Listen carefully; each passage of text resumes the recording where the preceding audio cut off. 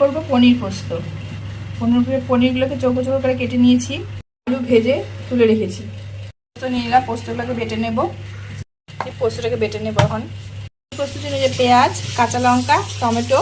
গরম হয়ে গেছে, তেল দিয়ে দিব। ঠিক আছে, প্রথমে পনিরগুলো ভেজে নেব হলুদ লবণ দিয়ে।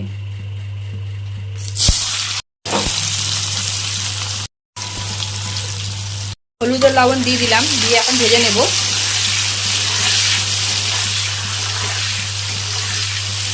এটা সরষার তেলেই করবো, পোস্ত রান্না করব, তাই সরষার তেলেই ভালো লাগে পোস্ত খেতে।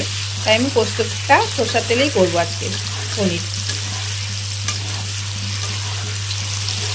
পনির ভাজা হয়ে গেছে, এখন তুলে নেব পনিরগুলোকে। একটা শুকনো লঙ্কা দিয়ে দেব।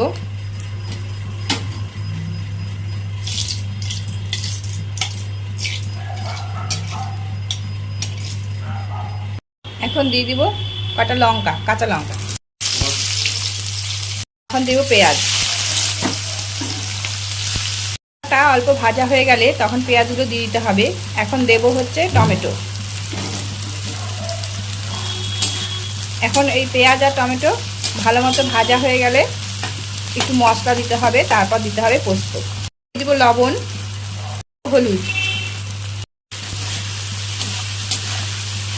এক হাতে ভিডিও করতে রান্নার সময় একটু অসুবিধাই হয়, তবুও কি করব, করতে তো হবে।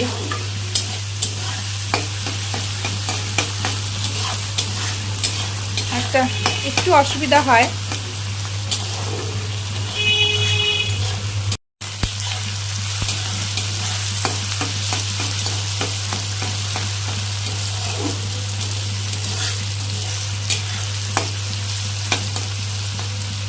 আর একটু ভাজা হবে, একটু লাল লাল হয়ে গেলে আমি এর মধ্যে মশলা দিয়ে দেবো।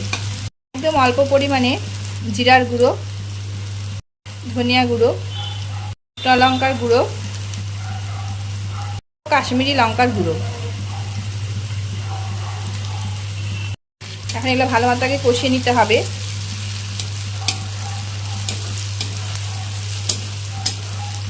দিয়ে দিব পোস্ত।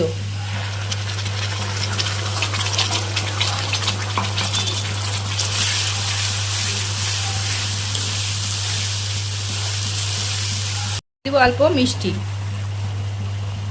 লবণ দিয়েছি, তাই এখন অল্প করেই লবণ দেব। তেল ছেড়ে না আসা পর্যন্ত কষাতে হবে।